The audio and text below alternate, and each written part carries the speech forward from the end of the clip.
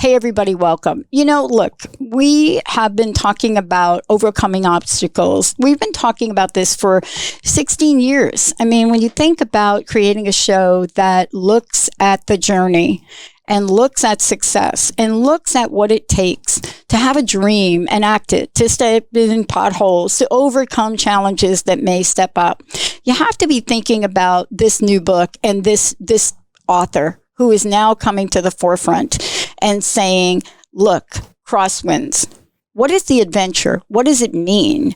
What does it mean to step forward? Steve Myers has sat down and he has put pen to paper, as they say, and is bringing a conversation, crosswinds, adventure and entrepreneurship in the Russian Far East.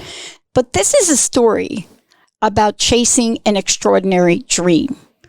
But it is like you. And it is like me. And it is about the world of possibilities. And the timing of his book couldn't have been more perfect. Steve, it's great to have you. Welcome. Thank you so much, Dr. Pat, for having me on the show. I get asked a lot at various questions of this nature. Like, seriously, why do you keep doing this? What is it about stepping out into the world that allows you to just keep going? You're just like an Energizer bunny. And for you, the question is the same, because my experience is when I meet someone like you, Steve, and I think about what you're writing about, there's a personal story behind it.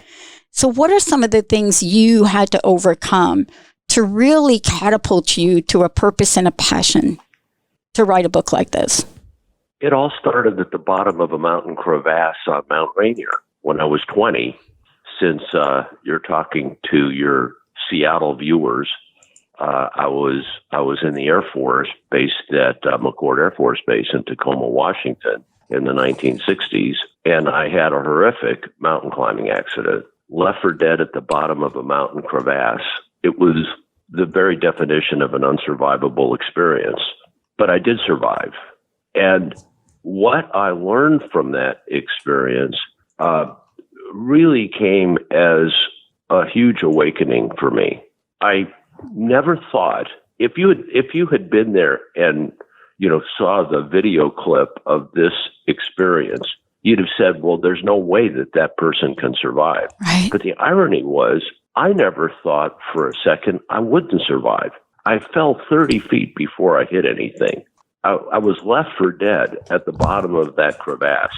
There was no way out. It was an unsurvivable experience. I had serious injuries, but yet within me, I kept thinking, gee, if I can just figure out how to fill in the blank, I'll find a way to survive.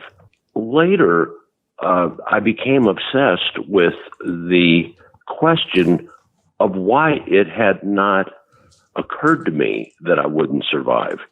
And I realized that I was an eternal optimist. And that became the foundation for the rest of my life. My mantra is the cornerstone of courage is optimism. You're going to need courage to succeed in this world. You're going to need courage to save your own life. Where is that going to come from? A lot of places it can come from. For some people, it comes from spirituality. For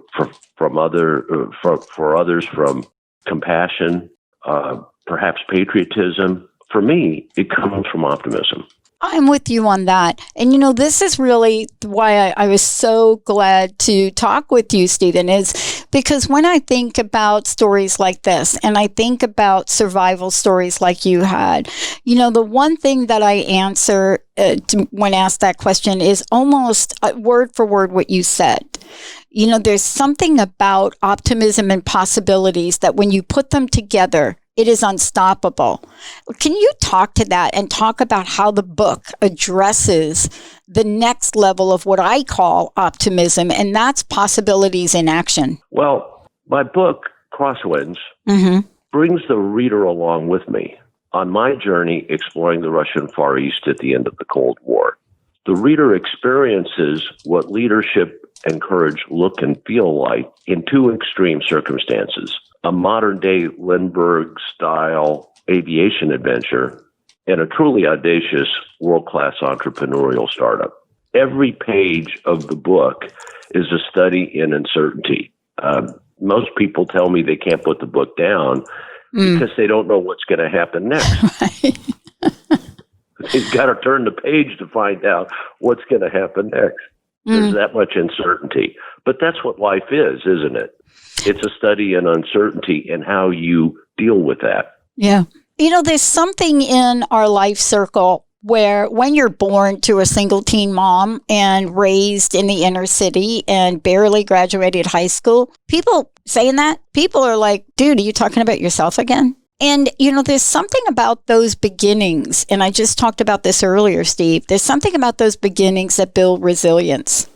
And I want to ask you about this because when I think about Crosswinds, I'm thinking about a book for exactly where we are right now.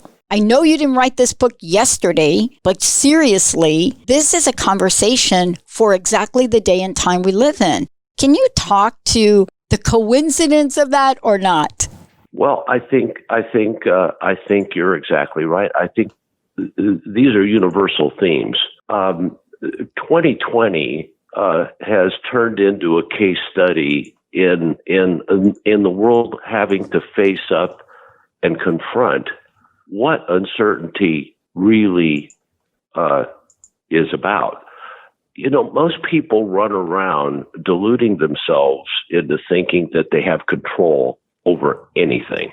And when you accept the idea that you have control over nothing, and your job is to push forward through that to try and achieve your objective. That now, the key is to start out with a plan. What is it that you want to achieve and why do you want it? And recognize that, the path to success is going to be a very windy road filled with potholes and setbacks and flat tires. And you keep going, you push forward. Does that make sense? I got to tell you, it reminds me, what you just said reminds me. I'm sure there are a few kids that learn to ride a bicycle and get on a bike, right, for the first time, and they're gone, right? No training wheels, nothing, right? I'm sure there are those kids that do that. Not sure what percentage they are, but that wasn't me. But it didn't deter me from falling down, getting a little scuffed up, and getting back on there and saying, I am going to ride this bike.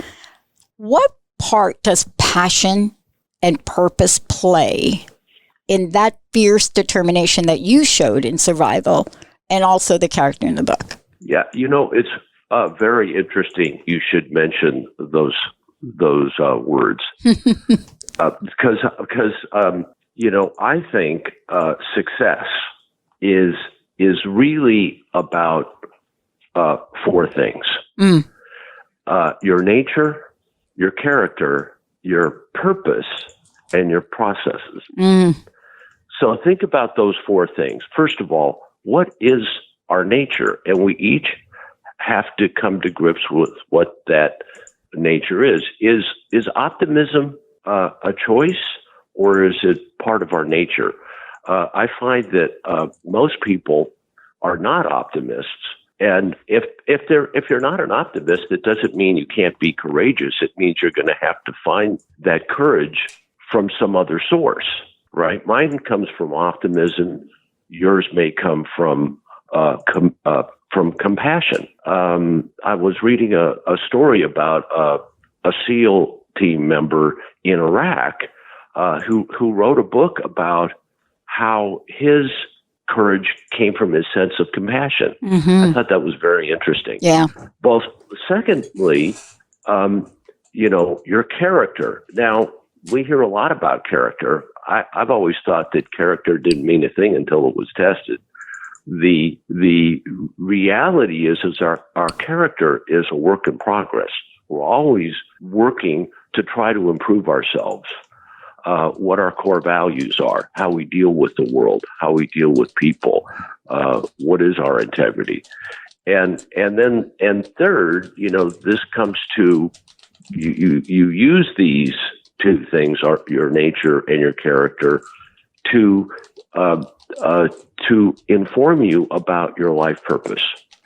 So it's hard to succeed in life if you don't know where you're going, and we each have to find our own path forward. What is our life purpose? And each of us inevitably find that. And then lastly, your ability to succeed in that life purpose is very much going to depend on the processes that you put in place. How do you learn? How do you think about things? Are you a critical thinker? What does that even mean to you? So I think that there's a lot of work we can each do as individuals to improve ourselves and give us the ways and means of going forward and finding our success in life, whatever that means to us. Honestly, you just nailed it, because I think we are now learning that whatever we think we are, we're more than that. I think we're learning that, we are so resilient beyond our imagination. And we're talking about starting out with, how should I say it, smaller beginnings than most, and looking at how to transform our lives, looking at how to go from wherever that is to that near fatal 30-foot mountain climbing fall that you had, left for dead. And then here you are today. I want to thank you for doing what you're doing, but I also want to make sure that folks know, how do they find out about you? How do they find out about the book? And then I want to ask you about the message from the book. What are some of the key points of possibilities and accomplishments that can get people energized to keep going? So you can get my book on Amazon. Just go to Amazon and type in Crosswinds, CROSSWINDS, 2 words, Crosswinds, and Stephen Myers, STEVENMYERS, or you can go to my website. You'll enjoy that. It's www.stephenmyers.com.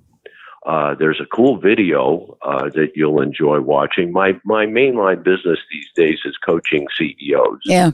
And so there's some interesting some interesting thoughts that I present that I think can help any of your listeners think about how they can succeed. The main message of the book is that, again, the cornerstone of courage is optimism. And if you just start with that, that's for me. Find out where your sense of courage is going to come from. Once you have that in your pocket, all things become possible. Okay, I'm not saying not to be afraid. There are so many situations in that book that you'll just be shaking your head and go, "Oh my God!" And what you find when you hear stories of people that have done courageous things isn't that they weren't afraid. In fact, if you're not afraid, how is it even courageous, right? That's right. So so you've got to ask yourself, how are they able to push through to achieve success? And what's going through their mind? So I think that there are so many lessons to be learned going through these experiences that there's something in there for everyone. They'll enjoy it very much. I agree. Thank you so much for all that you do. Last question for you. Your personal message. What do you want to leave folks with right now? There's a lot of people in this world that are fear-based. A lot of people in this world that make a living by making other people feel afraid. Right. You've got to push back on all of that. Find your courage. Be optimistic. Find your own success. Find your own way through. Don't let other people tell you you can't do anything. Don't let other people tell you how to live your life. It's your life. It's your choice. I love that. My mama used to say, Girls, pushing back is pushing up. Get in the game. That's it. That's it. Thank you so much for everything you're doing. Have a great rest of your day and a wonderful holiday. Thanks so much, Dr. Pat. You have a great day yourself. All right, everybody, we're going to take a short break. This is a book that, for me, when I think about Crosswinds and I think about what Stephen has done, this is a book you want to share with your family. It's one of those books that when you think about it and you turn to the next page and you turn to the next page, you become inspired from the inside out. And boy, I'll tell you, these days, books like this are rare. Let's take a short break. We'll be right back.